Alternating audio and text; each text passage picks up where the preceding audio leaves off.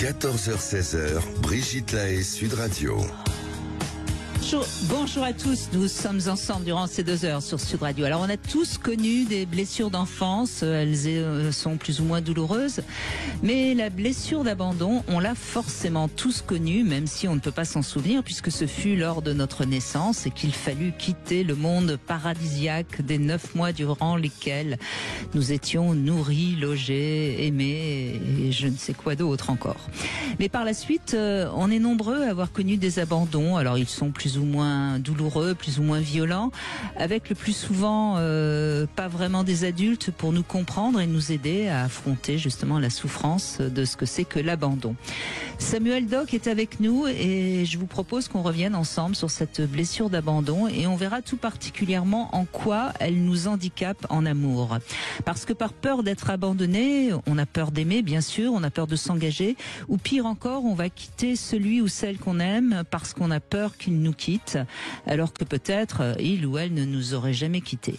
Si vous avez envie de mieux comprendre en quoi justement votre blessure d'abandon vous handicape, eh bien je vous invite à venir nous rejoindre et pour ça vous faites le 0826 300 300. Samuel Doc, merci d'être avec nous, bonjour. Merci beaucoup de me recevoir, merci Brigitte. Alors vous êtes docteur en psychopathologie, vous êtes également psychanalyste, vous travaillez beaucoup avec vos patients et vous avez écrit notamment Les chemins de la thérapie aux éditions Flammarion. L'enfant thérapeute, c'est votre dernier livre aux éditions Plomb dans lequel vous parlez de votre enfance difficile, avec bien sûr aussi ce sentiment parfois d'être seul, abandonné. C'est un sentiment que je crois qu'on a tous connu, plus ou moins violemment, plus ou moins profondément. Et c'est important peut-être à un moment donné de se poser la question de où on en est avec notre blessure d'abandon, parce que bien sûr, elle ne guérit pas forcément, mais elle peut cicatriser. Absolument, Brigitte, et c'est ce que je trouve remarquable dans votre introduction, c'est que vous questionnez l'aspect universel de cette blessure-là. On aborde souvent ce sujet en ayant le sentiment que tout le monde n'est pas concerné par cette blessure, qu'il faut avoir été abandonné. Mais c'est pas vrai, et d'ailleurs vous parlez de la naissance. La naissance, c'est l'abandon d'un certain univers, et ça je crois qu'on est tous nés jusqu'à maintenant. Et cette première séparation va marquer en fait notre empreinte au monde, et un rapport en réalité commun au manque, à la perte, à l'arrachement, et bien sûr à l'abandon. Toute notre vie n'est qu'une succession de deuils, et cet abandon va résonner dans la vie de tout un chacun, parce que justement nous avons dû abandonner l'univers maternel lorsque nous étions tout petits, tout bébés. C'est une séparation qui nous met au monde. Ce sont les séparations aussi qui nous font grandir, si je puis dire.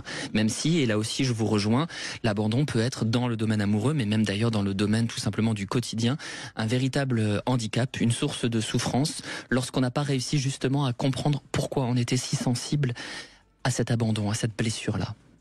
Oui, et peut-être qu'il faudrait parler aussi de la sécurité qu'on a de soi, en soi, ou ce sentiment que même notre corps nous abandonne, même notre esprit nous abandonne. Et c'est peut-être c'est la première piste que j'ai envie de donner à ceux qui nous écoutent. Où est-ce qu'on en est de sa capacité à s'abandonner ou de rester toujours dans un contrôle par peur justement à cause de cette blessure d'abandon profonde. Oui, effectivement, et moi je reçois beaucoup de patients qui souffrent de la blessure d'abandon, principalement parce que souvent ils ont lu le livre que vous avez cité, c'est-à-dire L'enfant thérapeute, où je parle de mes propres blessures d'abandon et surtout celles de ma mère. Et je me rends compte qu'en réalité, leur crainte d'être abandonnés par l'autre parle de leur rapport à eux-mêmes. Et j'espère que les auditeurs qui nous appelleront aujourd'hui pourront emprunter ce chemin avec nous et s'interroger sur cette peur de perdre un fragment d'eux, et peut-être aussi sur la structure même de leur personnalité, c'est-à-dire la consistance de leur vie psychique. Parce que plus on est assis narcissiquement, plus on a une colonne vertébrale identitaire édifiée, et plus on est en capacité de supporter tous les deuils qu'implique une existence humaine. Parler de notre rapport à la perte, c'est parler de notre histoire intime, c'est parler de notre vie familiale et même du rapport à la culture. Vous voyez qu'on est aussi dans une société qui a du mal à lâcher, à se défaire de ses objets, de ses soutiens, une société consumériste. Donc matérialiste.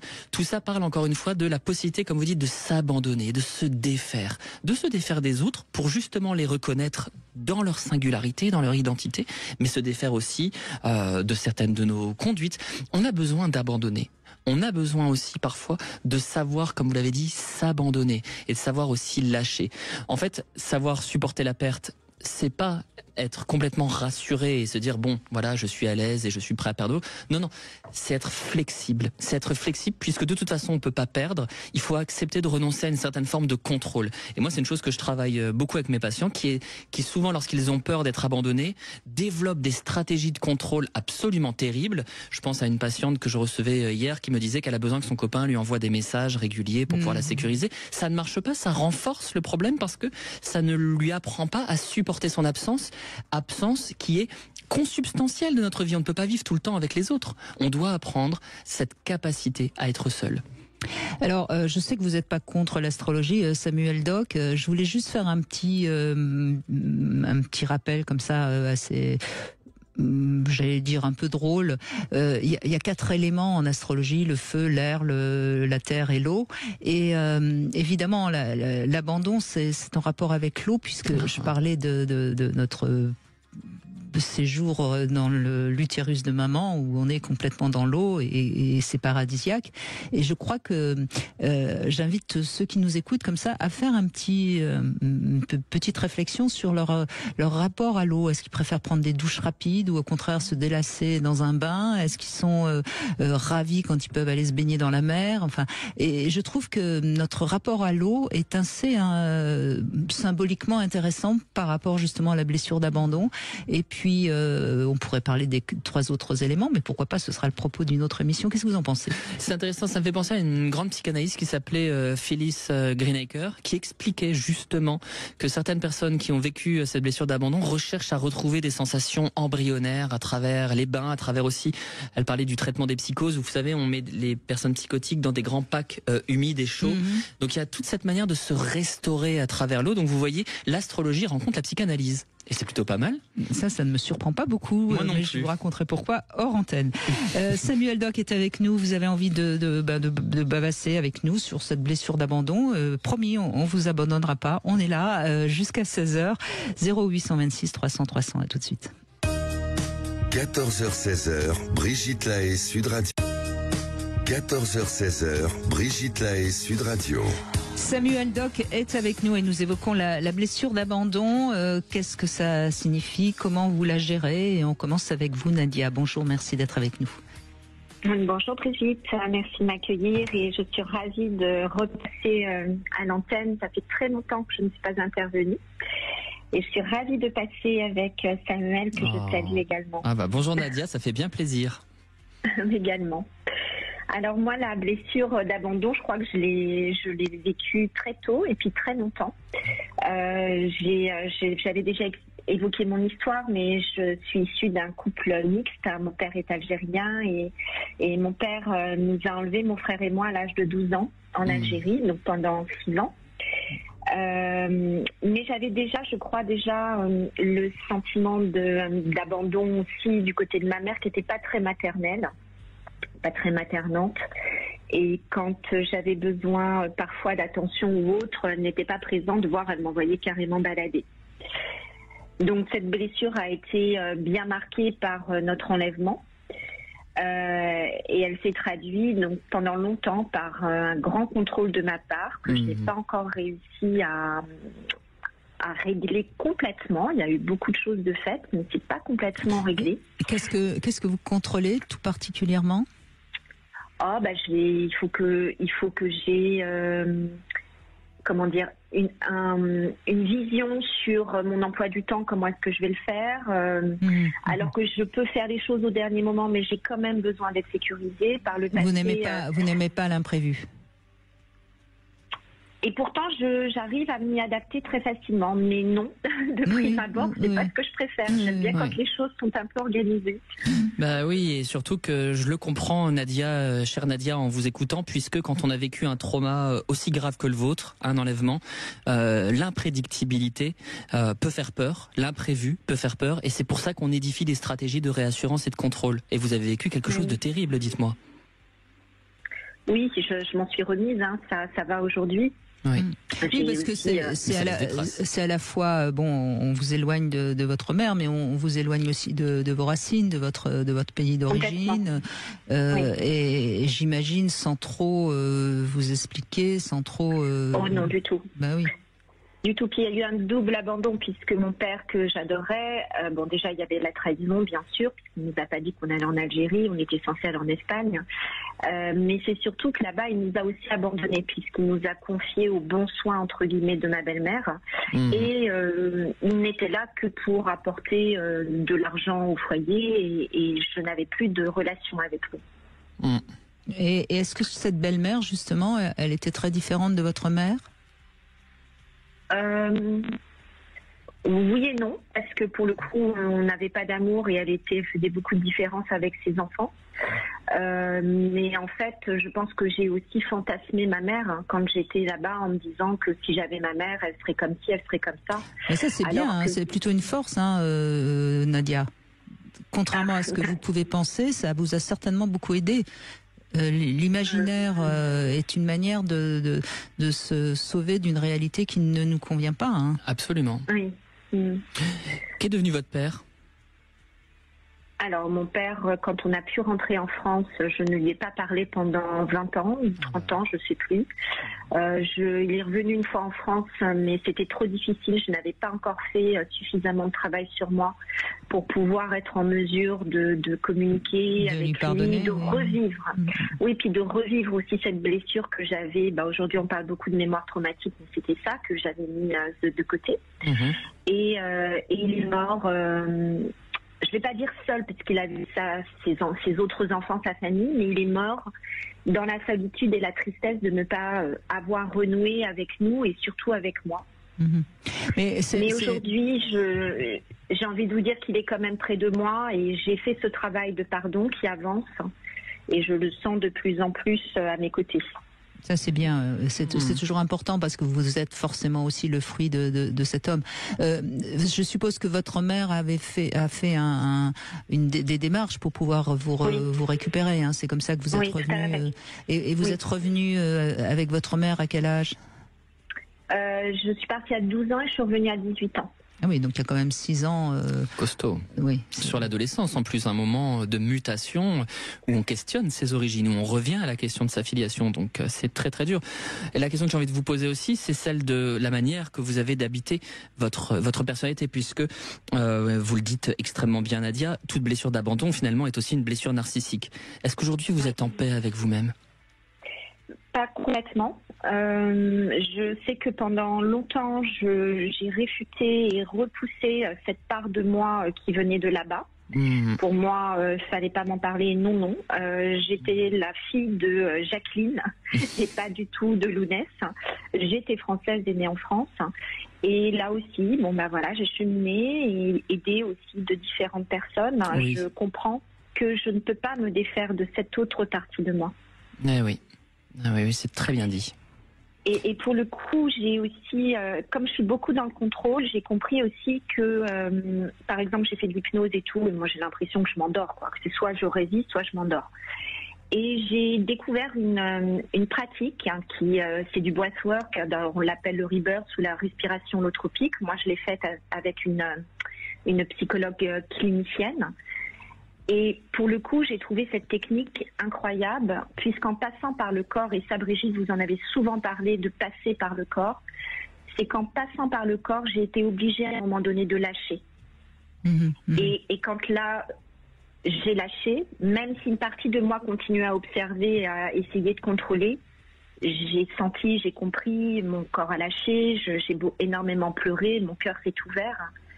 Et d'être passé par cette technique qui est corporelle, m'a permis aussi de lâcher prise à ce moment-là et de comprendre à quel bien cela pouvait apporter de lâcher de baisser les bras, lâcher les armes. Oui, bien sûr. Mais je crois que je vais juste me permettre, Nadia, de dire quelque chose. Pourquoi je parle toujours du corps? Parce que on ne peut avancer vraiment sur soi que par les ressentis, à la fois certes corporels, mais également émotionnels. Et tant qu'on reste dans quelque chose qui est dans la tête, hein, et dans la parole, dans le langage, au fond, on ne ressent pas réellement.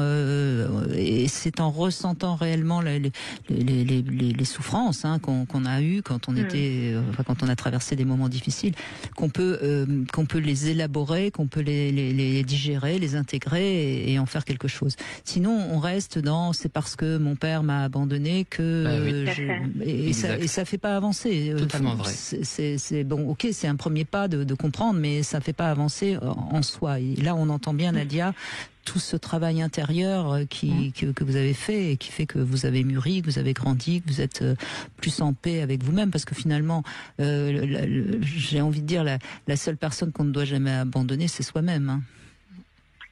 Oui, mais je l'ai aussi parfois abandonné.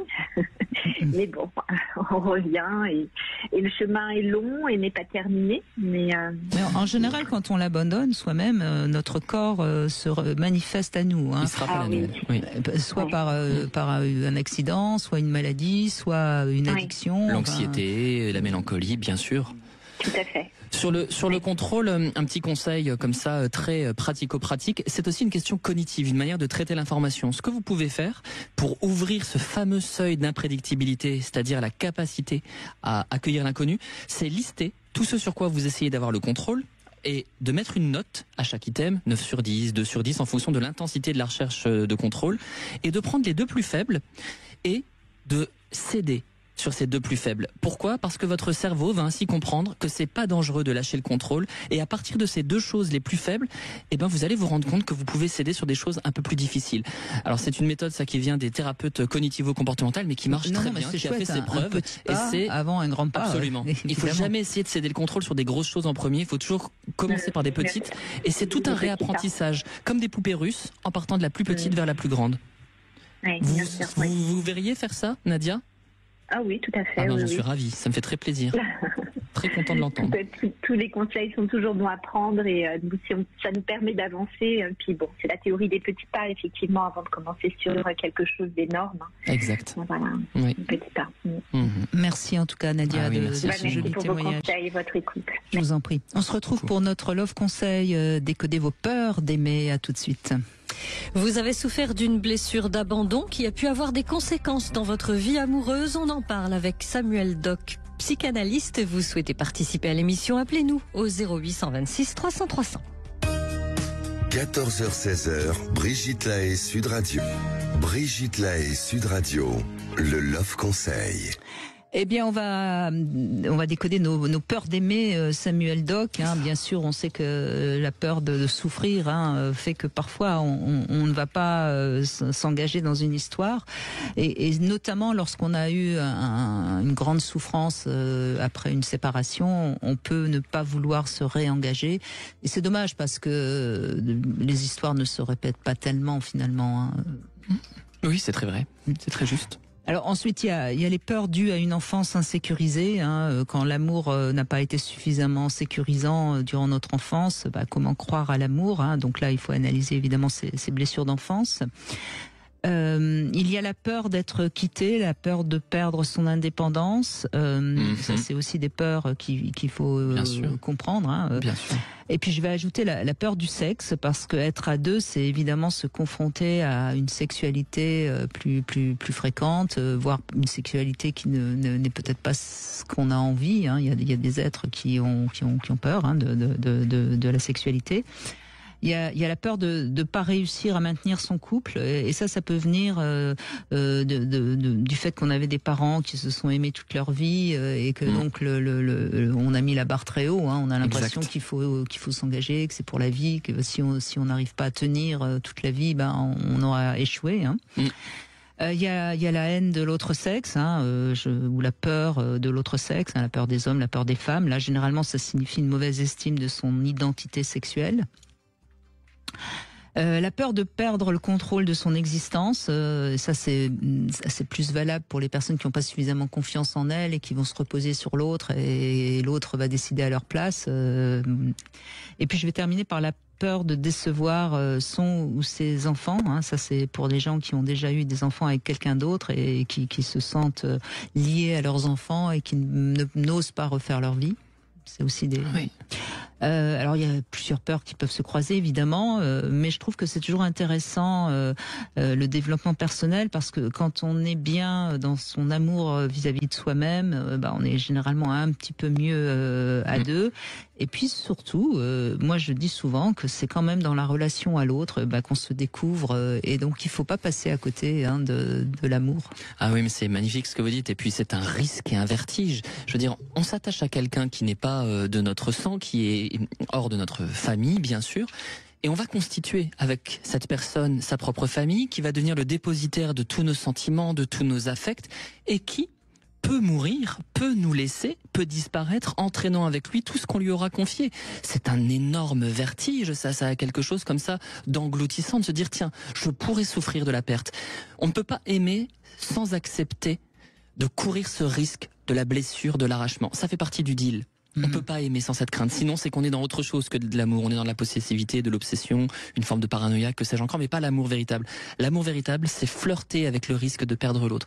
On peut le perdre. Et aimer, c'est accepter ça. Donc oui, je vous rejoins sur chacun de ces items, absolument. Et c'est important parce que parfois c'est des peurs un peu mélangées, donc c'est pas toujours facile de comprendre qu'est-ce qui fait qu'on a peur d'aimer, qu'on ne s'engage pas, mais c'est en faisant ce travail-là qu'on peut, parce qu'une peur qui est inconsciente, qui est pas reconnue, elle reste là, oui. Et ce n'est qu'en la repérant qu'on peut éventuellement la faire disparaître. Donc, Et en considérant aussi que ça vaut le coup quand même, que c'est un risque constant, mais que ça vaut le coup de le vivre. C'est exactement comme l'existence humaine, oui, elle se termine un jour, mais il faut quand même la vivre. Cette relation amoureuse, vivons-la. On continue avec Audrey qui nous rejoint. Bonjour Audrey. Bonjour Brigitte. Merci de témoigner. Alors, racontez-nous. Merci de m'accueillir. Bonjour Samuel. Ah, bonjour Audrey. Alors moi je connais bien la blessure d'abandon parce que quand j'étais petite j'ai découvert que ma maman devait se faire avorter et elle est allée jusqu'en Hollande et ça ne s'est pas fait et du coup j'ai vécu toute ma vie avec cette sensation d'abandon. C'est de vous qu'elle voulait avorter, c'est ça? Ah oui. Oui. Et comment vous l'avez su? Par hasard, je pense, des discussions avec d'autres personnes et j'ai découvert que c'était de moi dont elle parlait. Ça, Voilà. c'est assez lourd quand même. Alors, on sait que parfois les enfants le ressentent sans réellement avoir eu l'information. Mais là, si vous, en plus vous l'avez eu, l'information, ça a dû. Vous savez vers quel âge vous avez découvert ça? Je devais être très jeune, je dirais entre 7 et 10 ans. Ouais. Pourquoi est-ce qu'elle voulait avorter? Vous le savez? Parce qu'elle avait déjà 5 enfants et je suis arrivée 7 ans après mon frère et c'était pas prévu. D'accord, oui, elle avait tourné la page. Pour elle, c'était fini d'être mère et d'avoir des enfants. Et là, vous arrivez 7 ans après. Elle a jamais eu la fibre maternelle, donc je pense que ça faisait l'enfant de trop peut-être. Ce qui montre, et alors c'est quelque chose que je vous aurais dit si vous aviez été une de mes patients, c'est montre que vous êtes un petit miracle. Vous voyez, vous ne deviez pas naître. Parfois, on disait je suis pas désiré. Vous êtes un petit miracle. Ça ne devait pas être là. Elle avait déjà eu 5 enfants. Brigitte a nommé cette question de la fibre maternelle. Vous êtes un miracle. Vous vous êtes arraché à ces contingences, à cette fatalité-là, à cette non-naissance qui était prévue pour vous. Et vous êtes quand même parmi nous. Et vous appelez aujourd'hui. Et vous ouvrez la voie pour d'autres auditeurs qui nous appelleront. Vous vous rendez compte, Audrey? Un petit miracle. Voilà ce que vous êtes. Oui, alors je le vois pas toujours comme ça, malheureusement. Il faut le voir comme ça. Voilà. Oui, c'est quelque chose de très dur à vivre et j'ai souvent l'impression de ne pas être désirée. Oui, mais dans ces cas-là, quand la psychologie fait défaut, et cette spiritualité, c'est la question du sens qu'on constitue sur notre existence. Et comment est-ce que on fait de quelque chose, de cette toile blanche initiale, de cette blessure initiale. Et je suis sûr que vous faites quelque chose de votre vie. Et puis Audrey, il y a une chose aussi que j'ai envie de vous dire. Bon, ok, votre mère a essayé de ne pas vous avoir, mais ça ne veut pas dire que quand elle vous a eu, elle ne vous a pas aimé. Non, elle m'a pas aimé, mais elle n'avait pas la fibre maternelle, donc elle n'a pas montré beaucoup d'affection. Et donc, du coup, ça a fait une grosse taille chez moi. Mais vous aviez, alors vous arrivez quand même dans une famille nombreuse, si je comprends bien. Vous aviez 5 frères et sœurs. Il y a peut-être quand même eu beaucoup des frères et sœurs qui vous ont aimé, ou est-ce que vous avez vraiment eu le sentiment d'être le vilain petit canard boiteux qui arrive et qui embête tout le monde? Qu'est-ce que vous diriez? Un peu des deux. Au niveau de mes sœurs, beaucoup d'affection, mais bon, comme elles étaient plus grandes, elles ont envie de quitter le nid familial. Et après, au niveau de mon grand frère, au-dessus de moi, vilain petit canard. Mais vos sœurs, vous aviez quel âge quand la dernière est partie? J'ai 10 ans de plus. Elle a 10 ans de plus que moi, la dernière. Oui, d'accord, mais donc elle est partie quand vous aviez quand même déjà un petit peu d'âge. Donc vous avez quand même eu dans votre enfance quelqu'un de féminin qui a peut-être... vous voyez, je crois qu'il faut aussi aller voir qu'est-ce qui a permis, quels ont été vos tuteurs, si je puis dire. C'est mes sœurs. Bah oui, donc c'est pas rien, vous voyez. Je crois que c'est important parce que j'entends quand même dans votre témoignage qu'il y a quelque chose de définitivement raté. Mais non, je crois qu'il faut aussi voir parce que c'est ça le miracle aussi des enfants, c'est que parfois c'est un chien, un arbre qui permet de se sentir relié, aimé et pas abandonné. Et là, vous avez vos sœurs. Mais là, actuellement, elles sont pas très présentes. Le lien s'est un peu coupé.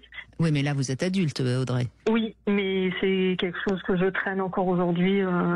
C'est encore pour moi. Oui, on en revient tout le temps au temps des origines. Et au-delà de cette naissance non désirée par votre mère, ce qui est intéressant, c'est que vous parlez du manque de soins par la suite. Et ça crée justement cette fragilité face à l'abandon, face à la perte, le manque de confiance en soi. On n'est pas lesté narcissiquement de cette sécurité, de ce soutien, de ces bons soins primaires. Et c'est très difficile, je suis d'accord avec vous, de les reconstituer pour soi par la suite et de trouver d'autres appuis.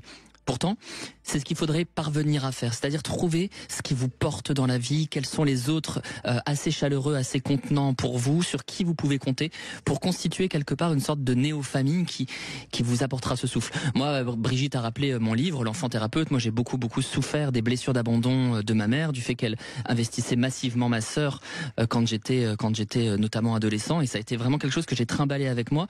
Et il a fallu que je me rende compte que ce lest affectif, je le trouvais auprès de mes amis, je le trouvais ailleurs. Vous voyez, l'amour, on le trouve tout le temps.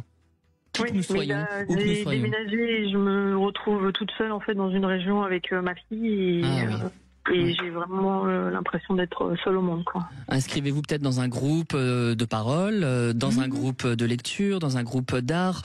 Sortez, constituez-la cette vie sociale pour vous. Constituez-vous ce tissu, ce lien. Non ? Oui, non, mais je suis tout à fait d'accord. Ouais. Ça vous ferait du bien. Puis je vois que vous avez une voix chaleureuse, que je suis sûr que ça pourrait intéresser plein de gens dans un groupe de parole, mais il faut pas rester isolé. D'accord. C'est-à-dire que, Audrey, on a toujours, c'est le passé, mais on est libre d'en faire quelque chose de négatif ou de positif de notre passé. Et là, quelque part, vous pensez que parce que, vous avez subi quelque chose de difficile, et ça, je crois que personne ne va dire le contraire, mais c'est pas parce que vous avez subi quelque chose de difficile qu'il faut toute votre vie croire que ça va être difficile. Au contraire, c'est parce que vous allez vous dire... J'ai connu ça de difficile et je suis en vie. Donc ça veut dire que quoi qu'il arrive, je suis en vie, je suis capable d'être en vie. Vous voyez, on peut aussi voir le côté positif de quelque chose qui a été difficile. Oui, là c'est difficile parce que je me suis séparée il y a un mois de mon compagnon avec qui je m'entendais très bien et qui me donnait beaucoup d'amour. Sauf qu'il avait une addiction à l'alcool et il n'était pas capable d'en sortir actuellement. Et donc du coup, j'ai de nouveau cette sensation d'abandon qui est revenue. Bah oui, bien sûr. Ouais. Toute situation de séparation vient réveiller les deuils précédents et les premiers abandons. Donc là, vous êtes dans vos blessures. Tout est réactualisé. C'est ça. Et j'ai l'impression que le schéma va se reproduire indéfiniment et que ça va jamais s'arrêter. Non, ça s'arrête au bout d'un moment. Bah, ça s'arrête quand on fait ce qu'il faut. Si on fait ce qu'il faut, voilà. C'est-à-dire que pourquoi vous avez choisi cet homme qui certainement était encore plus fragile que vous, vous voyez, c'est pas inintéressant aussi à comprendre ça. Oui, non, mais là je vais démarrer une thérapie pour pouvoir. Bravo. Bravo. C'est un chemin de vie que vous devez faire, une valeur à accorder à votre existence. Parce que là, je pense, dans votre cas, qu'il vaut mieux choisir quelqu'un de positif et qui va vous aider à avancer du côté clair de la vie, tandis que lui vous a ramené et vous avez certainement eu raison d'ailleurs de le quitter, mais il vous ramenait dans quelque chose dont il faut que vous sortiez. Oui. Puis vous avez votre fille, si j'ai bien compris quand même. Hein. Oui. Bon, là, voilà, là c'est joyeux là, hein, on est d'accord. Et si au départ, moi c'est ce que je dis souvent hein, pour les femmes qui sont mères, si vous le faites pas pour vous au départ, faites-le pour votre fille. Après, il faudra le faire pour vous, mais le premier pas, parfois, il est plus facile à faire pour sa fille que pour soi. D'accord. Et puis après, une fois que vous l'aurez fait pour votre fille, vous le ferez pour vous. Oui. Oui, je compte bien finir la deuxième partie de ma vie plus heureuse que la première. Oui. Mais là, ce que vient de vous dire Brigitte est vraiment clé, parce que c'est à la condition que vous puissiez suivre cela que vous ne transposerez pas vos blessures d'abandon sur votre fille. Vous voyez, il y a une vraie clé, vous n'êtes pas toute seule. D'accord. C'est pour ça que là, ce que vous a dit Brigitte, retenez-le. Oui, je vais le retenir. Merci Audrey, merci beaucoup. Merci. Bonne journée, au revoir. On continue bien sûr sur cette blessure d'abandon qui, on le sait, provoque beaucoup de souffrance et on en parle avec Samuel Doc qui est avec nous et avec vous sur Sud Radio. Sud Radio, votre attention est notre plus belle récompense. 14h-16h, Brigitte Lahaie, Sud Radio. Samuel Doc est avec nous. Je rappelle votre dernier livre, L'enfant thérapeute, c'est aux éditions Plomb. On parle de la blessure d'abandon avec Nathalie qui nous rejoint. Bonjour Nathalie, merci de prendre la parole. Oui, bonjour Brigitte, bonjour Samuel, merci de me recevoir. Je voulais témoigner, en fait, c'est que, bon, moi j'ai 51 ans maintenant, hein, mais quand j'étais toute petite, en fait, j'ai ressenti très très tôt sinon l'abandon, en tout cas le rejet. En fait, j'ai appris plus tard que mes parents voulaient un garçon. Et donc, je l'ai ressenti. Donc, je me suis conformée à ce qu'on voulait que je sois. Donc, j'ai observé comment agissaient les garçons et je me suis comportée en garçon. Et en fait, pendant toute ma vie, j'ai été hyper vigilante aux signes de colère ou de désapprobation de mes parents. Je faisais très très attention à ça. Je me suis complètement oubliée. En fait, quand j'étais petite, j'en suis arrivée à être persuadée que j'avais fait quelque chose de très très mal dans des vies avant ou dans ma vie tout court et qu'il fallait que j'expie. Donc je me suis dit arrête de vouloir. Mais ça c'est Nathalie, excusez-moi, je vous coupe, mais c'est parce que je veux transmettre le message à tout le monde. En tant qu'enfant, la manière dont nos parents nous traitent, c'est toujours de notre faute. C'est comme ça que ça fonctionne, un enfant. Absolument. Et c'est vrai que le premier travail qu'on devrait tous faire aux alentours de 21 ans, j'aime bien cet âge parce que sur le plan astrologique, il est symbolique, on devrait tous comprendre que nos croyances d'enfants, il faut les mettre de côté, quoi. Ouais, alors c'est pas facile, hein. Non, j'ai pas dit que c'était facile. Parce que on sait que ça engage, mais en tout cas j'ai grandi avec cette idée que j'étais un vase vide d'amour, et c'est très très douloureux. Et grâce à mon fils, quand j'ai accouché, il y a eu une dissonance cognitive qui s'est opérée en moi et je me suis dit mais en fait je suis pas un garçon. Eh oui. Et alors là, tout a explosé et j'ai suivi une analyse pendant pendant 17 ans. Et là, je suis une femme heureuse et joyeuse. Ah bah bravo. Mais alors comment en tant que garçon vous avez pu être enceinte et porter pendant 9 mois un enfant? C'est ça, c'est cette dissonance cognitive qui a pris naissance à ce moment-là. Mais vous savez, Brigitte, dans mon fort intérieur, je souhaitais être une fille, j'étais une princesse. Je me couchais tous les soirs, je m'imaginais avec une belle robe et je me disais, un jour, je serai heureuse. Ah oui, il y avait ce rêve qui vous portait. Oui. Oui, exactement. Et donc, il y avait un côté qui était vous aviez pas abandonné la petite fille. Eh oui. Non, jamais. Et je suppose que cette analyse que vous avez faite vous a permis de rendre à vos parents les blessures qui leur appartenaient et à dire stop, n'est-ce pas? Oui. Bah oui. Exactement. Et le dialogue a été très libre avec ma mère et on en a parlé et elle s'en est voulu. Je lui ai dit écoute, t'as fait avec ce que tu pouvais. Voilà, on fait tous avec ce qu'on peut et on fait tous de notre mieux. Et ça a pacifié beaucoup la relation et elle en a été heureuse aussi. Ben, bravo Nathalie, parce que vous avez fait le chemin, hein, comme on dit, c'est bien. Et alors quel homme vous avez choisi en tant que garçon alors?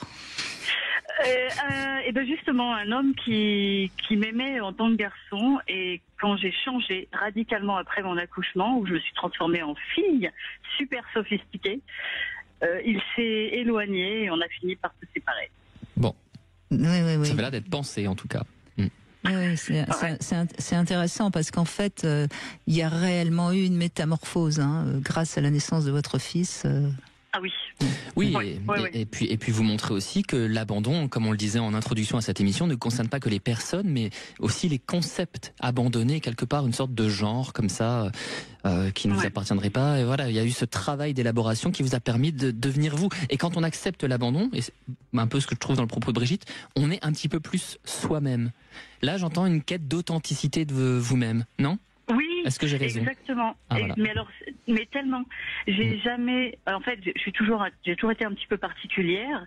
Et je me souviens très bien arriver au lycée avec des bretelles fluo, une rose, une verte, et une chaussure orange et une chaussure rouge. C'est intéressant parce que sur le plan symbolique, ça veut bien dire qu'il y a toujours eu en vous, certes, ce garçon que vous vouliez à qui vous vouliez ressembler, mais cette fille que vous savez que vous étiez. Et je suis sûre qu'au fond de vous, vous avez toujours su que vous étiez une fille, sinon vous n'auriez pas pu être enceinte, vous n'auriez pas pu désirer un enfant, vous voyez. Et c'est ça qui est intéressant parce que grâce à votre analyse, je suppose, vous avez fait la part des choses, mais ce qui est formidablement bien et moi ce que j'ai vraiment envie de relever, c'est que on a tous en nous de toute façon une part masculine, une part féminine. Alors après, le dosage va dépendre de chacun, mais c'est quelque part en faisant le lien entre ces deux parts qu'on devient soi, vraiment qu'on devient soi. Et ceux qui croient qu'ils sont que garçons ou que filles, de toute façon, sont pas complètement unifiés. Oui, et je me sens tellement libre. Je peux jurer comme un charretier. Je peux être en robe de soirée le lendemain, parée de tous mes plus beaux atours. Et je me sens tellement libre. Bah c'est un jeu. L'identité n'est jamais qu'un jeu. Alors on voudrait croire aujourd'hui dans notre société qu'il y a une rigidité, qu'il faut être de tel genre, ou être ceci ou être cela. Non, c'est un jeu. Amusons-nous avec nos multiples identités. Soyons vivants, soyons multiples, ne soyons pas... voilà. Mais remarquez, Nathalie, moi ce que j'ai envie de dire, c'est que vos parents vous ont fait un magnifique cadeau en vous disant qu'ils voulaient un garçon. Parce que vous imaginez le chemin que ça vous a permis de faire et cette liberté que vous avez acquise grâce justement à cette souffrance. Et c'est quand même ce que j'aime toujours à signaler à ceux qui nous écoutent, la souffrance, quand on la dépasse, eh bien ça devient un cadeau. Hein. Oui, je remercie tous les soirs tous mes aïeux de cette histoire. Tous les soirs, peut-être pas quand même. Oui, mollo. Si, en m'endormant. Si, c'est vrai, je le fais en m'endormant. Je les remercie. Oui, parce que pour rien au monde, je vivrai une autre vie maintenant. Ah, bah ça c'est rare d'entendre ça. C'est superbe. Oui, bravo. Bravo à vous. Bon, et c'est un message d'espoir pour tous les gens qui souffrent. Bravo. Ça fait plaisir à entendre, oui. Et là, alors, vous avez bien montré à votre fils que c'était un garçon ? Ah oui. J'ai toujours respecté leur identité. J'ai 2 garçons. La seule chose qui m'ennuie, c'est que mon aîné est né trop tôt et donc je lui ai transmis quelques souffrances de manière inconsciente. Et bon, on en a discuté, j'ai mis des mots dessus, mais ça n'empêche pas qu'elle soit ici. Donc, oui, puis né trop tôt, bon, là on parle du sens encore, pas sûr. Les choses arrivent parfois avec une certaine sérendipité, elles n'arrivent pas totalement par hasard. Certes, mais je le vois souffrir et ça me fait mal au cœur. Ouais. Mais il souffre de quoi? Qu'est-ce qui vous fait mal au cœur? D'abandon, parce que son père, du coup, l'a abandonné en nous quittant. Et hop, l'histoire se répète. Et ça me fait tellement mal au cœur. Mais il faut qu'il traverse sa propre souffrance pour évoluer. Il le voit, son père? Il le voit? Il le voit de temps en temps, oui, bien sûr. Il a choisi d'habiter chez lui une fois qu'il a eu 15 ans. Ah. Mais ça n'a pas empêché qu'il court après l'amour de son père encore et encore. Et ouais, ça me fait tellement mal au cœur. Mais on en discute, on est en dialogue, hein. Il en est conscient. Il a quel âge aujourd'hui? Aujourd'hui, il a 23 ans. Oui, c'est normal. Il a pas encore cheminé suffisamment, mais ça va. Enfin, je veux dire, il se sent bien en tant que garçon, de toute façon. Oui, ça n'a pas d'incidence sur son genre. Et mes garçons sont des garçons.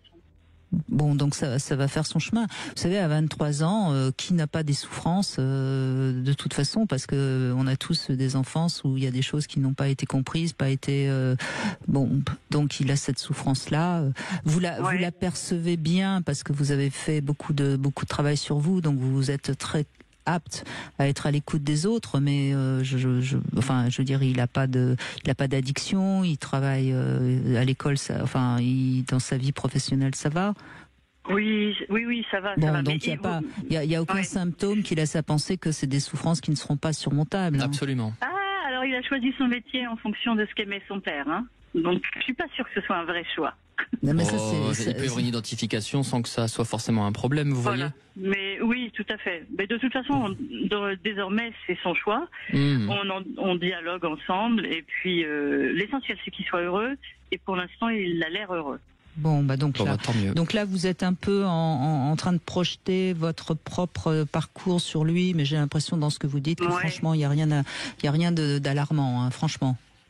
D'accord. Écoutez, merci de ce regard extérieur. C'est vrai que soyez paisible avec ça. Je pense que ça va l'aider aussi. Hein. D'accord. Bon, super. Enfin, il me semble. Absolument d'accord. Je pense qu'il est sur un chemin de vie. Puis surtout, vous êtes très sensible à la question de la psychologie, à la question de la transmission, donc au langage. Donc, il a quand même une maman qui est éveillée à ces choses-là. Et ça, c'est un grand privilège. Oui, puis le dialogue est ouvert, ça c'est très important aussi. Absolument, je peux tout entendre. C'est très précieux, et puis il fera son histoire aussi avec son père. Vous, la difficulté, je pense, ce sera de réussir à laisser faire son père d'un côté, sans trop le critiquer et sans fragiliser le lien que votre fils peut avoir avec lui. Parce que ça fragilisera l'identité narcissique de votre enfant. Ce sera le plus dur, parce que si vous avez souffert de cet abandon, il pourrait y avoir des représailles inconscientes à l'égard de votre ex. Et ça, ce sera difficile. Ça s'observe beaucoup dans la clinique. Oui, mais je fais très attention à ne pas justement le mettre en porte-à-faux entre son père et moi. Félicitations, j'aimerais entendre ça plus souvent en séance. En tout cas, merci de ce témoignage particulièrement positif, beau et franchement merci Nathalie et bravo. Oui. Une petite devinette avant les infos. De quoi aurions-nous besoin pour apprendre à compter les uns sur les autres, Samuel? Vous avez le temps des infos pour trouver la réponse. Aujourd'hui, avec Samuel Doc, nous parlons de la blessure d'abandon. Vous voulez réagir à l'émission ou apporter votre témoignage? Appelez-nous au 0826 300 300. Vous voulez parler à Brigitte Lahaie? 0826 300 300. 14h-16h, Brigitte Lahaie, Sud Radio. Samuel Doc est avec nous et on va revenir bien sûr sur la blessure d'abandon. Mais d'abord, je voudrais la réponse à ma devinette. De qui aurions-nous besoin pour nous apprendre à compter les uns sur les autres? Je sais pas. J'aurais dit de crédulité, mais c'est pas de qui, c'est de quoi? De qui? On aurait besoin d'un professeur de mathématiques pour compter les uns sur les autres. C'est pas mal. Samuel Doc, forcément. Forcément. Alors la blessure d'abandon, on a déjà vu avec les témoignages de la première heure qu'elle se manifeste de tellement de manières différentes et c'est parfois très très complexe pour arriver à la dépasser. Mais ça peut aussi, lorsqu'on la dépasse, être un élan de vie extraordinaire.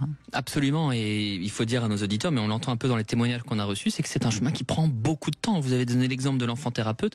Moi, il m'a fallu des années pour comprendre ce qui s'était passé dans la vie de ma mère et pour pouvoir guérir de cette blessure.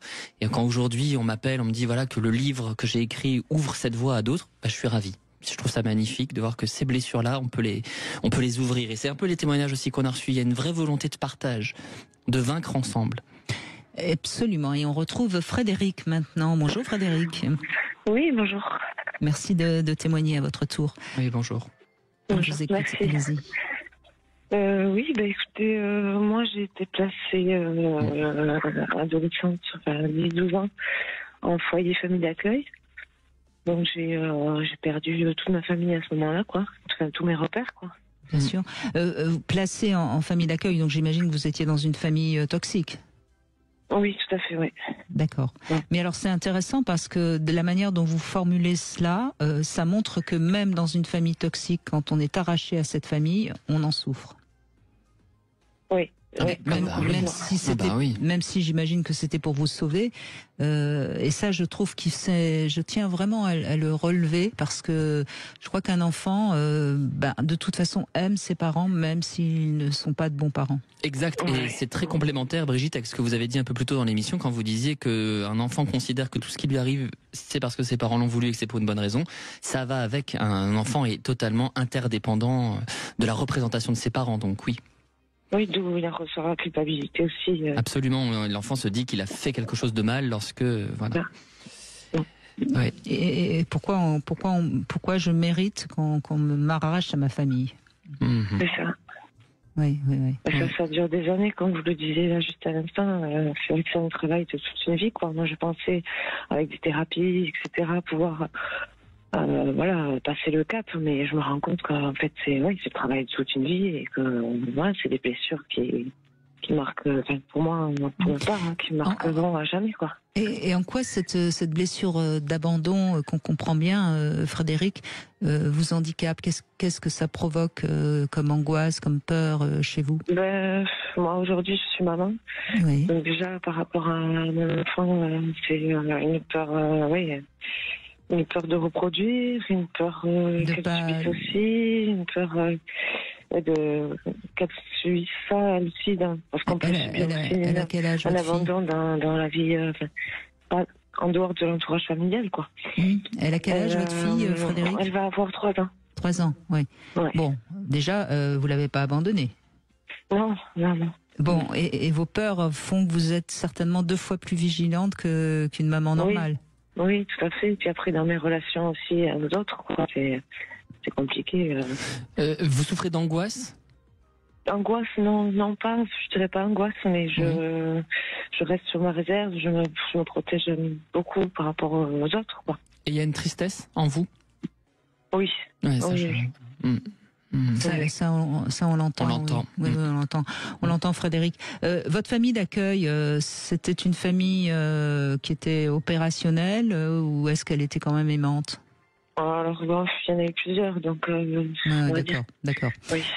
Ça, c'est très dur parce que ça réitère évidemment la blessure d'abandon dont on parle. C'est très très dur.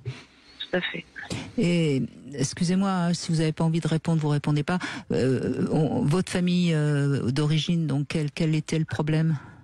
C'est mon beau-père qui a abusé sexuellement de ma sœur et de moi. D'accord. Ok. Donc, et notre génitrice est restée, ne nous a pas cru et est restée avec lui. Voilà.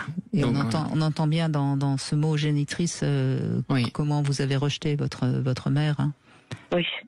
Ça, c'est peut-être un travail quand même qu'il va falloir faire. C'est-à-dire que vous avez le droit de l'appeler votre génitrice et vous avez le droit de ne plus l'aimer, mais il faut quand même que vous compreniez que malgré tout, vous l'avez aimée et que malgré tout, ce que vous êtes, c'est un petit peu d'elle.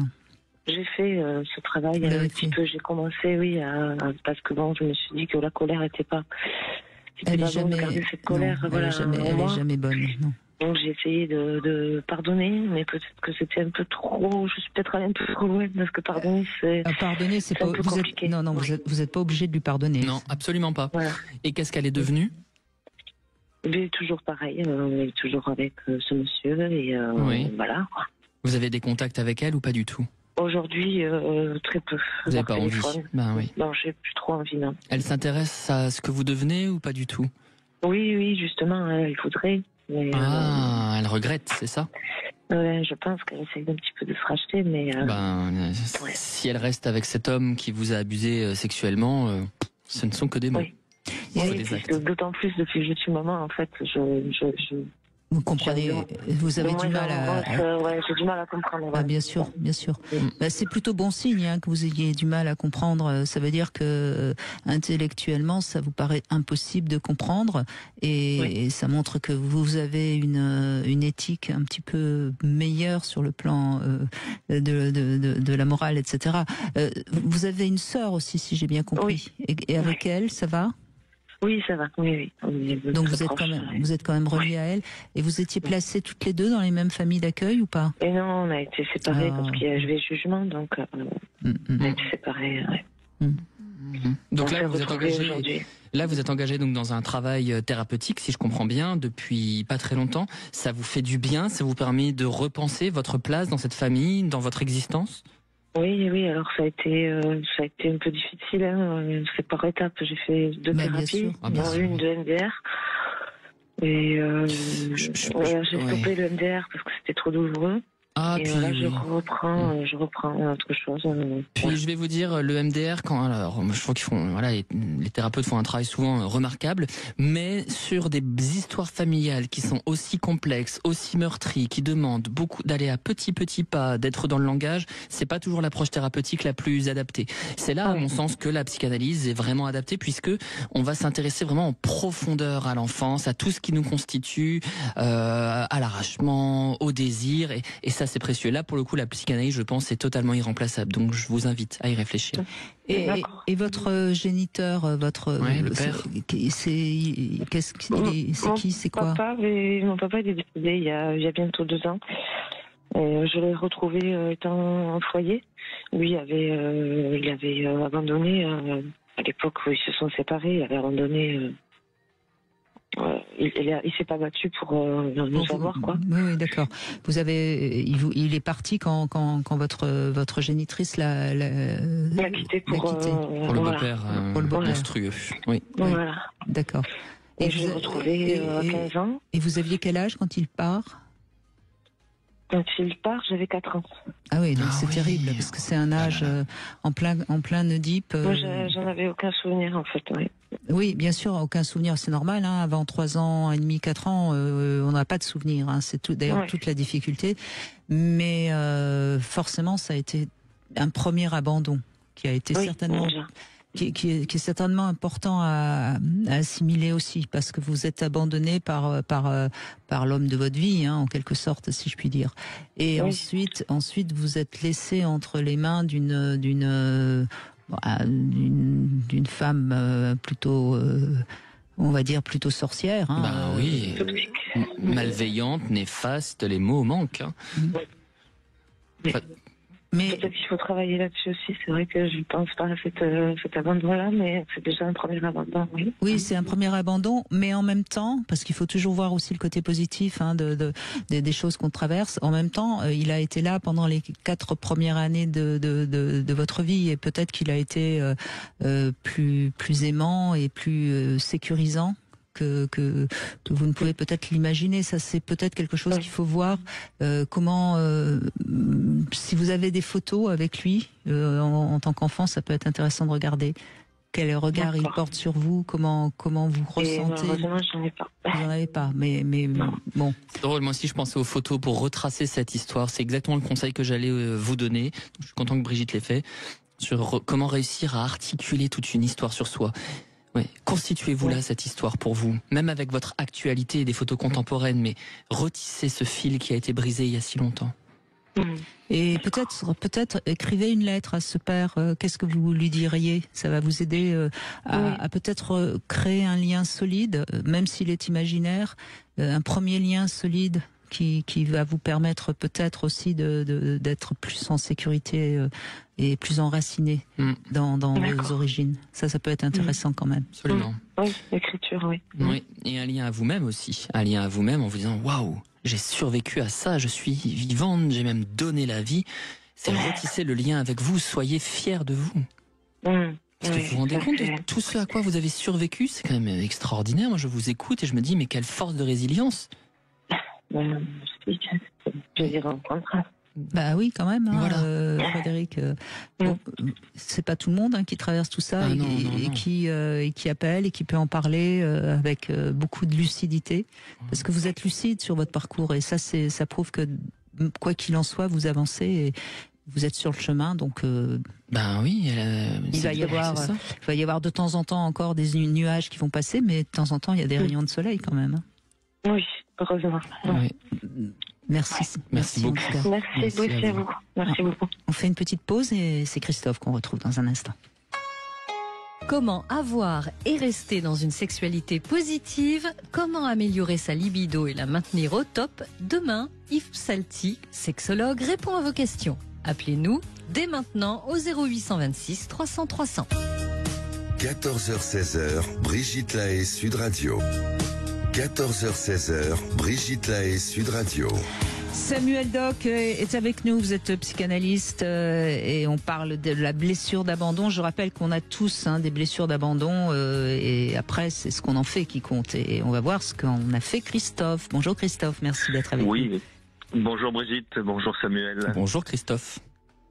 Alors pour ma part, j'ai perdu ma mère en fait d'une longue maladie alors que j'avais simplement 6 ans. Donc voilà, situation compliquée parce que contrairement à ce qui pourrait se faire aujourd'hui, donc aucun accompagnement, aucun travail de deuil, rien n'a été fait de ce côté-là, donc par mon père qui restait le seul des 2 parents. Et en plus une longue maladie, donc vous avez vu votre mère souffrir et j'imagine. Oui, j'ai des souvenirs de ça malheureusement. J'imagine malheureusement. Bien.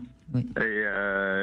Et les conséquences, je peux arriver à en parler aujourd'hui parce que sur ma vie ensuite moi familiale, ça a été en fait de rester dans une relation pas forcément équilibrée donc au fil du temps et de me entre guillemets me satisfaire d'une relation qui était complètement déséquilibrée et pas satisfaisante en fait. Voilà. C'est-à-dire que vous avez choisi de vivre avec quelqu'un qui ne vous apporte pas non plus la sécurité affective qu'on aspire quand on vit avec quelqu'un. Au départ, si ça a clairement été, je pense, le cas, mais par la suite, la relation s'est déséquilibrée et de pas, entre guillemets, de pas avoir le recul nécessaire de se satisfaire d'une relation pour, je pense, indirectement pas revivre ce que j'avais déjà vécu. Et vous avez donc vous rencontrez une femme, vous vivez, oui. vous engagez, etc. Et au bout de combien d'années ça commence à aller mal? Ça s'est installé en fait progressivement et après pour être complètement transparent, elle voulait en fait entre guillemets légitimer la relation qu'elle avait avec un amant sous le coup d'être un couple entre guillemets un couple libre. En fait, l'idée n'était pas spécialement celle-ci pour elle, c'est simplement qu'elle avait un amant et elle souhaitait en fait officialiser les choses, entre guillemets, voilà, c'était ça. Et moi, le déclic de me dire il faut faire quelque chose, c'est que je pense qu'elle était intimement convaincue que j'accepterais cet état de fait, en fait. Voilà. Oui, tellement elle pensait que vous étiez dépendant d'elle. Absolument. C'est complètement ça. Voilà. Oui.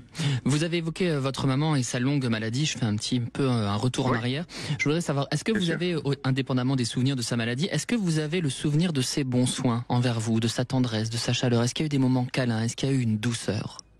J'ai souvenir très peu de ce genre de... parce que je n'avais que 6 ans et j'ai très peu souvenir de tout ça en fait. Mais il y en a eu. Il y en a eu, oui. Vous le savez? Oui, bien sûr. Parce que ça, vous voyez, c'est très précieux de pouvoir avoir de la prime enfance une trace, un vestige, si je puis dire, de tout cet amour, de toute cette tendresse qu'elle a essayé de vous transmettre. Je pense que c'est extrêmement précieux et que rien ne peut remplacer cela. D'autant que, encore une fois, bien sûr que vous avez vécu l'abandon, mais elle n'a pas voulu vous abandonner. C'est aussi une chose très différente que quand une mère vous abandonne. Oui. Et vous avez des frères et sœurs ou pas? Oui, une sœur également, Aînée, cadette? Aînée. Qui a plus connu votre maman, donc? Exactement. Et qui peut vous en parler un peu? Oui, on en a parlé, mais c'est vrai que... Elle a combien d'années de plus que vous? 4 ans. Ah oui, quand même. Oui, donc elle avait... Oui, donc c'est pas anodin non plus. Pas anodin du tout. Non. Parce qu'elle a... Non, mais c'est pas... c'est quand même une figure féminine, si je puis dire, qui reste là malgré la perte de votre mère, oui. Exactement. Et c'est important ce que vous dites, parce que je pense aux écrits de Julia Kristeva qui dit qu'une mère transmet à son enfant dans les premières années de la vie un affect d'existence. Qu'est-ce que ça veut dire? Ça veut dire que elle aime son enfant, elle lui donne corps et elle ancre sur cette planète sa volonté d'exister, de vivre et de s'aimer soi-même. Et c'est vraiment important, quand il y a de l'amour sur les premières années de la vie, cet amour-là, vous l'emmenez avec vous, quand bien même vous ne vous en souvenez pas, bien plus encore que la maladie qui dévaste, qui tue, qui fait souffrir, vous emmenez avec vous cette petite trace de l'amour. Et si ça vous fait souffrir, et si c'est douloureux, c'est bien parce que c'était tellement important pour vous à une certaine époque de votre vie. Vous voyez, il y a ce souvenir dans le corps. Et c'est ça qu'il faut. Et quand Brigitte tout à l'heure parlait du corps et disait que c'est fondamental de prendre soin de son corps, elle a raison, mais c'est aussi un lieu de la trace. On retrouve dans le corps des sensations, un héritage des toutes premières interactions de l'enfant. Donc vous voyez, votre mère, quelque part, est toujours là. Mais ce qui est intéressant dans ce que vous nous racontez par rapport à votre histoire relationnelle de couple, c'est qu'au fond, en quittant cette femme, vous avez peur de revivre l'abandon de votre mère, en quelque sorte. C'est ça, je suppose que... Je pense que ça est ça. Et moi, le déclic, ça a été de réaliser qu'effectivement, c'est ce que je vous disais tout à l'heure, je pense qu'elle était convaincue que j'accepterais tout de sa part. Et je me suis dit, comment dire, en termes d'amour propre, d'ego, je sais pas, c'est pas possible. Il faut réagir. C'est pas possible d'être entre guillemets. Oui, mais n'oubliez pas, Christophe, que ce que vous avez vécu quand vous aviez 6 ans était horriblement douloureux. Ce que vous allez vivre en tant qu'adulte en quittant cette femme, vous êtes apte à le supporter. Ça va, au contraire même, je dirais, ça va certainement aider à réparer un petit peu cette blessure d'enfance, même si je dis pas que ça va pas être douloureux, mais donc c'est quelque part un cadeau que vous allez vous faire aussi en refusant de rester dans une situation qui est dysfonctionnelle sous prétexte que vous avez peur de souffrir. Mais ça, je l'ai compris, et c'est vrai que aujourd'hui, je raccroche essentiellement à ce que vous rappelez très très régulièrement, et je vous en remercie, que quoi qu'il arrive, la personne la plus importante dans sa vie, ça reste soi-même. Oui. C'est soi, avant tout, c'est soi. Oui. Mais ça, je garde ça aujourd'hui chevillé au corps. Ce qui implique de savoir fixer des limites aux autres, Christophe. Et de pas trop encaisser. C'est le problème dans la relation. J'apprends à fixer des limites. Bravo. Mais vous verrez, Christophe, justement de vous respecter et de vous considérer comme le plus important dans votre vie, ça va renforcer votre estime de vous-même et votre confiance en vous. Donc je vous souhaite bon courage. Mais on sait que le courage, ça vient du cœur. Donc vous êtes sur la voie et je vous remercie de votre témoignage. Magnifique. Merci beaucoup de votre soutien dans tous les cas. Je vous en prie. On fait une petite pause, on se retrouve pour le Sexo Conseil. Souvenir, tout de suite. 14h-16h, Brigitte Lahaie, Sud Radio. Brigitte Lahaie, Sud Radio, le Sexo Conseil. Alors, Samuel, Doc, souvenir. C'est vrai qu'une histoire à deux, généralement, ça démarre par une sexualité assez forte. C'est généralement, c'est à espérer en tout cas. Et se remémorer ses souvenirs sexuels communs, c'est un bon moyen de relancer sa libido. Eh oui. Et vous pourriez même organiser un petit rendez-vous pour vous remettre dans les conditions qui ont été ces bons moments sexuels. Pourquoi pas un petit pèlerinage sur le lieu où vous avez fait l'amour la première fois. Réécouter ensemble, pourquoi pas religieusement, la chanson de vos amours. Revoir le film qui vous a marqué quand vous étiez fou amoureux, à tel point que vous vous embrassiez malgré tout pendant le film. Bref, communiquer aussi ensemble sur vos premières impressions quand vous vous êtes rencontrés sexuellement. Qu'est-ce qui vous a étonné, dont la manière dont il vous a ou elle vous a fait l'amour, qu'est-ce qui vous a vraiment plu, qu'est-ce qui vous a un petit peu inquiété ou fait peur. Bref, en évoquant donc ces moments heureux, joyeux, sexuels, et ben vous allez mettre du positif dans votre libido et parfois ça permet de bien la relancer, la libido.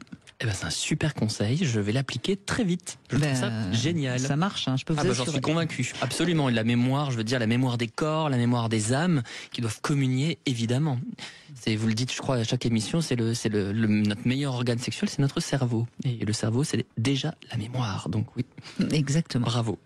Alors Marie est avec nous maintenant. Bonjour Marie, merci de témoigner. Bonjour Brigitte, bonjour Samuel. Bonjour Marie. Alors, on vous écoute, allez-y. Qu'est-ce que vous avez envie de nous dire ? J'avais appelé il y a quelques mois pour tout ce qui était les blessures de l'abandon. Mmh. Et puis, du coup, ce qui s'est passé suivant les événements, enfin voilà. Ouais. Et ça s'est encore passé là parce que du coup, avec mon mari, on se sépare. D'accord, vous êtes en train de vous séparer de votre mari. C'est une décision commune ou pas ? Non. C'est lui, Oui. D'accord, donc ça réactive, si je puis dire, votre sentiment d'être à nouveau abandonné. C'est ça. Oui, bien sûr. Et qu'est-ce qui fait que vous avez eu un sentiment fort d'avoir été abandonné dans votre vie, dans votre jeunesse Déjà parce que j'ai mon père qui est parti de lui-même, décédé de lui-même. Il est décédé de lui-même, vous voulez dire ? Il s'est suicidé ? C'est ça. Ah, décédé de lui-même. C'est une formule qui montre que c'est difficile pour vous de concevoir cet acte. Pour éviter justement le terme. Oui, bien sûr. Il faut nommer les choses. Bien sûr. C'est joliment dit, mais ça tourne autour de l'acte, comme si c'était vraiment très douloureux pour vous. Vous aviez quel âge à ce moment-là ? Oui, il y a 4 ans. Et c'est pas fini parce que finalement, elle n'a pas été retrouvée. Ah, c'est il y a 4 ans qu'il Elle n'a pas été retrouvée ? Non. Comment ça, elle n'a pas été retrouvée ? Il a fait ça du pont d'un pont et du coup... Oui, il s'est noyé, donc on n'a pas retrouvé son corps, c'est ce que vous voulez dire. Il a laissé une lettre disant qu'il se jetait du haut du pont ? Ah, voilà. Et il a son camion qui a été retrouvé en haut aussi. Ah oui, d'accord. Donc oui, d'accord, c'est pas... Oui. C'est vrai. On est sûr que c'est vrai. Ah oui, bien sûr. Mmh. Ça, le fait que ma mère, c'est pareil, ça fait plus de 10 ans que je lui parle plus. Pourquoi ? Parce qu'elle est... pour protéger mes filles, parce que elle est capable de se taper elle-même, d'accuser mon frère de l'avoir tapé alors qu'elle s'est tapée elle-même. Elle s'est tapée elle-même. Ah, elle s'est frappée elle-même, vous voulez dire ? Ouais. Comment vous savez ça ? Parce qu'elle me l'a avoué récemment. Donc votre mère est dysfonctionnelle de toute façon, si je comprends bien. Comment ? Votre mère est dysfonctionnelle. Oui. Oui, mais clairement. D'accord. Et puis jalouse et tout ça, et donc du coup, voilà.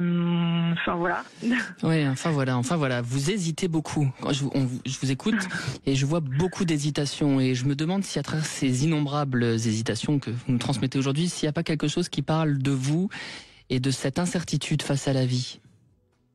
Vous doutez beaucoup. Oui, parce qu'en fait, on se dit qu'au final, on est l'enfant d'un... Vous voyez, hésitation. Du malheur, quoi. Et au final, est-ce que c'est pas plus avantageux de finalement nous abandonner que de rester Alors, que vous ayez traversé le malheur, ça c'est une chose. Maintenant, l'enfant du malheur, ça, on n'en sait rien. Vous savez, il y a des gens qui sont très dysfonctionnels, mais qui, en donnant la vie, ont l'impression enfin de créer quelque chose. Je crois qu'il faut pas oublier que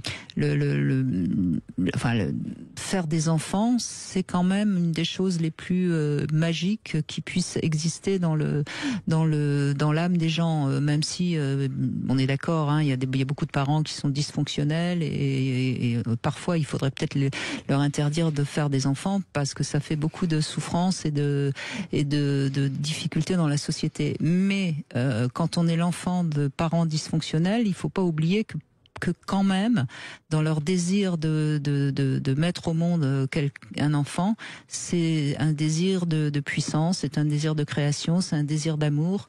Et ça, c'est quand même quelque chose, Marie, qu'il faut peut-être que vous entendiez. Parce que je crois que vous-même, vous avez, si j'ai bien compris, des enfants. Donc ça, c'est quand même quelque chose que vous pouvez comprendre. Après, je sais que mes parents, ils l'ont dit qu'ils se sont séparés à cause de nous parce que ma mère, elle s'occupait trop de nous. Donc, c'est pour ça que j'utilise le terme du malheur. Oui, l'enfant du malheur, quoi. Donc, c'est de votre faute s'ils se sont séparés, quoi. Je fais exprès de le dire. Mais c'est parce qu'on était là que ma mère, elle s'est plus s'occuper de nous que de mon père. Oui, mais ça veut dire quoi? Ça veut dire que votre mère, elle a des difficultés avec la sexualité et avec les hommes, comme pas mal de femmes en ce moment. Hein. Donc elle est pas, voyez ce que je veux dire? Elle est pas, c'est pas vous qui êtes responsable de quoi que ce soit. Une femme qui devient mère et qui ne sait plus être une femme, c'est son problème. C'est son problème. C'est pas le problème des enfants. Oui, mais bon, après c'est vrai que quand on nous dit, au final, mais ça c'est ce qu'on vous a, ce que vous avez compris quand vous étiez enfant, mais maintenant vous n'êtes plus une enfant. Donc maintenant il faut que vous arriviez à mettre de côté ces croyances et que vous en fassiez quelque chose. Absolument. Et pour valider ce que je dis, Brigitte, j'ajouterais que parfois il y a des parents qui sont totalement immatures et régressifs et qui disent n'importe quoi. N'importe quoi. Oui. Parfois, c'est vrai. Les parents sont des personnes comme les autres et parfois elles disent n'importe quoi. Et quand j'entends ces innombrables hésitations dans votre propos, je me dis que c'est comme si vous aviez souffert de ne pas pouvoir vous appuyer sur la certitude d'une parole parentale et d'être complètement flottante, perdue entre tous ces énoncés, tout ce que vous avez entendu. Et c'est pour ça que ce que vous dit Brigitte est fondamental. N'oubliez pas que ce qui vous est adressé, c'est juste un discours. Et ce qui compte, c'est aussi votre manière de l'interpréter, de le recevoir, voire de le contredire. Cet homme qui vous quitte, là, vous êtes ensemble depuis combien de temps? 18 ans. Bon, 18 ans, c'est pas un chiffre par hasard. Il vous a quand même permis de vous appuyer sur lui. Et là, vous avez 18 ans et vous devenez majeur. Et Marie, vous allez enfin pouvoir vous occuper de vous et vous allez enfin pouvoir être la personne la plus importante pour vous. Il a été votre tuteur pendant ces 18 ans. Vous aviez certainement besoin de lui. Sinon, vous seriez peut-être écroulé. Maintenant, s'il s'en va, c'est que vous êtes capable de vivre seul. C'est comme ça que moi, j'interprète votre destin. J'essaye. Il ne faut pas essayer, il faut y arriver. Vous en avez les moyens. Sinon, vous n'auriez pas appelé.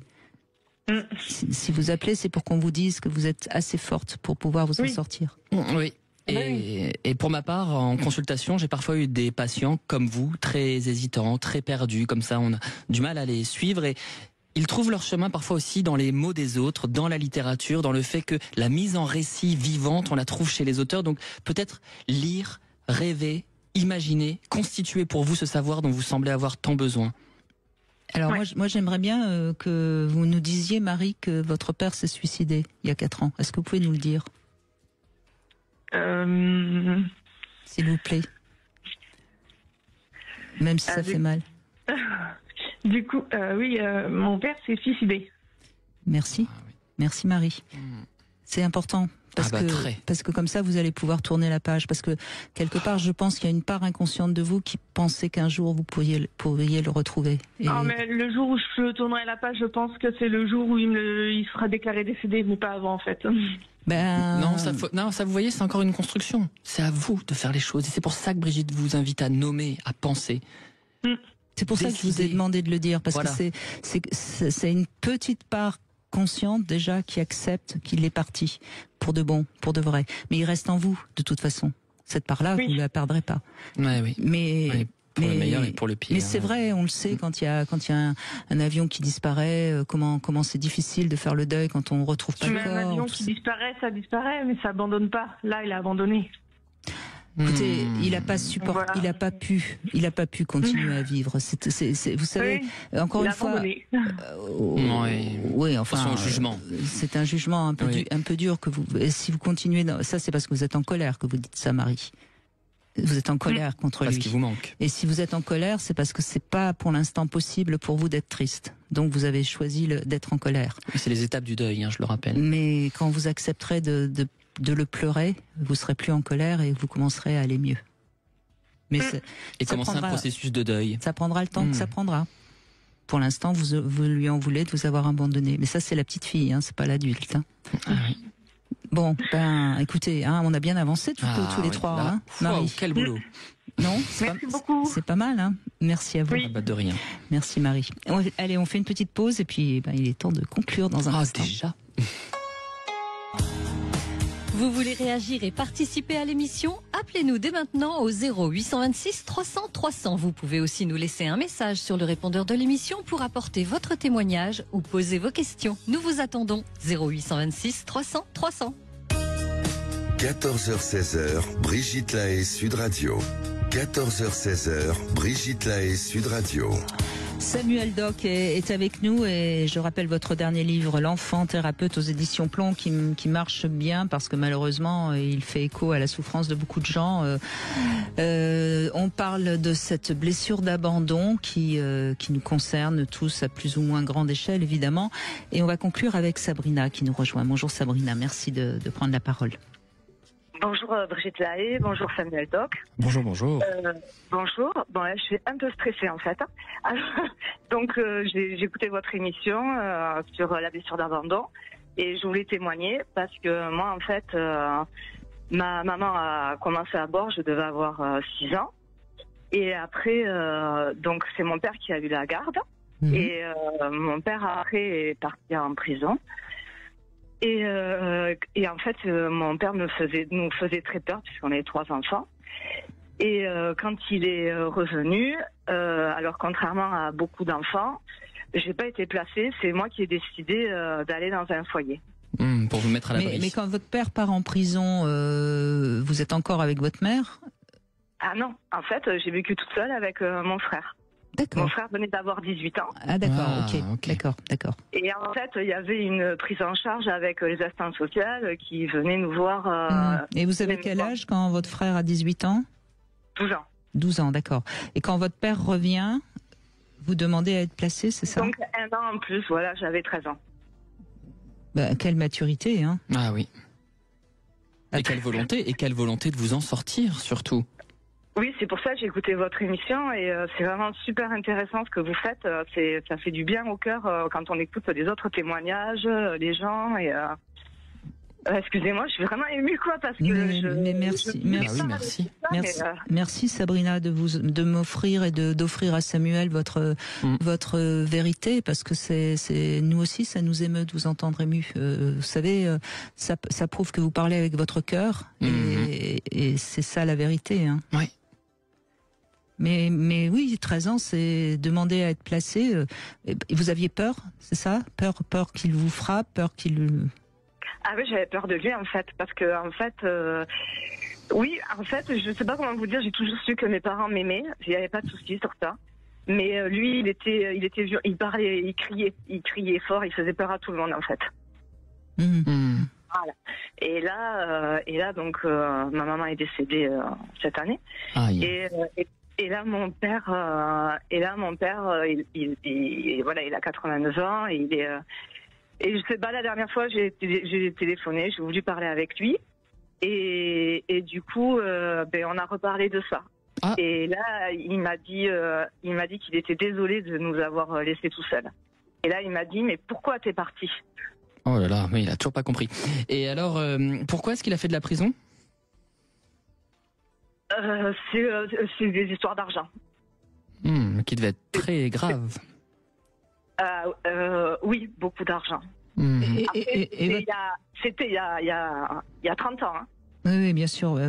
Mais donc, votre frère qui avait 18 ans, il était protecteur ou il était... Ah ouais, il était très protecteur. C'était, pour moi, mon frère, c'est quand je suis partie au foyer, c'était vraiment un déchirement. Et moi, je pensais vivre avec lui, quoi, après. Ah oui.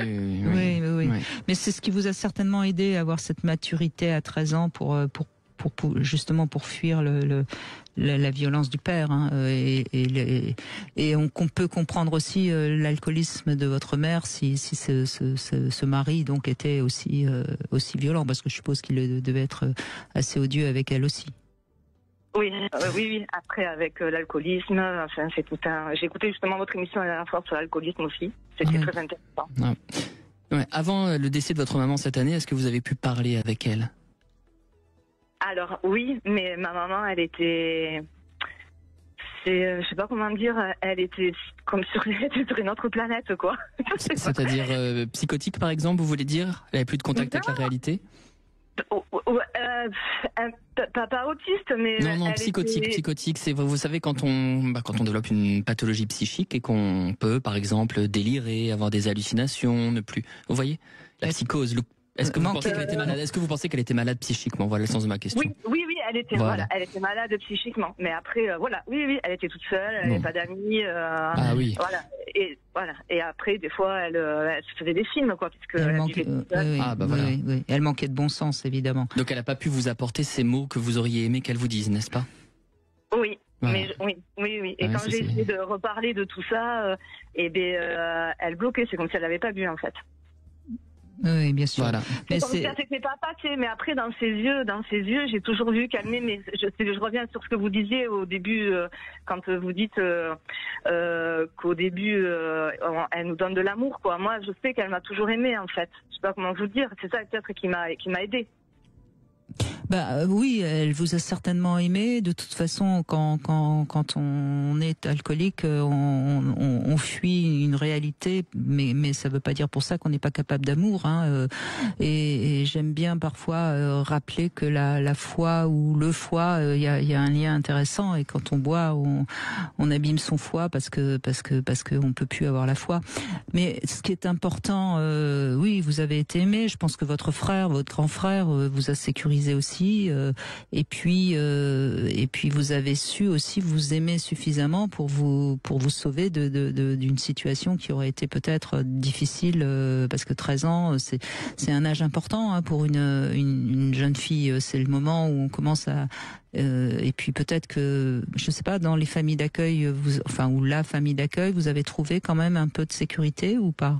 Alors, c'était pas une famille d'accueil, c'était un foyer. En fait, on était 8 jeunes sur un groupe, en fait, dans une maison, et il y a 4 éducateurs qui tournent. Ah voilà, c'est ce dont je parlais avec Brigitte hors antenne. Effectivement, il y a vraiment des problèmes. Et après. Enfin oui, voilà. Pardon. Non, mais je crois, Sabrina, et on l'entend dans votre voix. Je sais pas quel âge vous avez, j'ai pas envie de le savoir, ça me regarde, on s'en fout. Mais je pense que vous êtes devenue adulte très vite, et c'est ça qui est intéressant, c'est que vous avez grandi plus vite que la plupart des jeunes filles. Oui. Mais tout en gardant une grande vulnérabilité à l'égard de la perte, bien sûr. C'est-à-dire qu'on grandit trop vite, mais on garde un cœur d'enfant meurtri. Oui, c'est ça, tout à fait. Des fois, j'ai l'impression d'être un enfant, en fait. C'est mature sur certains points et très, très, très enfants blessés sur d'autres, hélas, Sabrina. Oui, c'est ça. Des fois, j'ai facilement la larme à l'œil.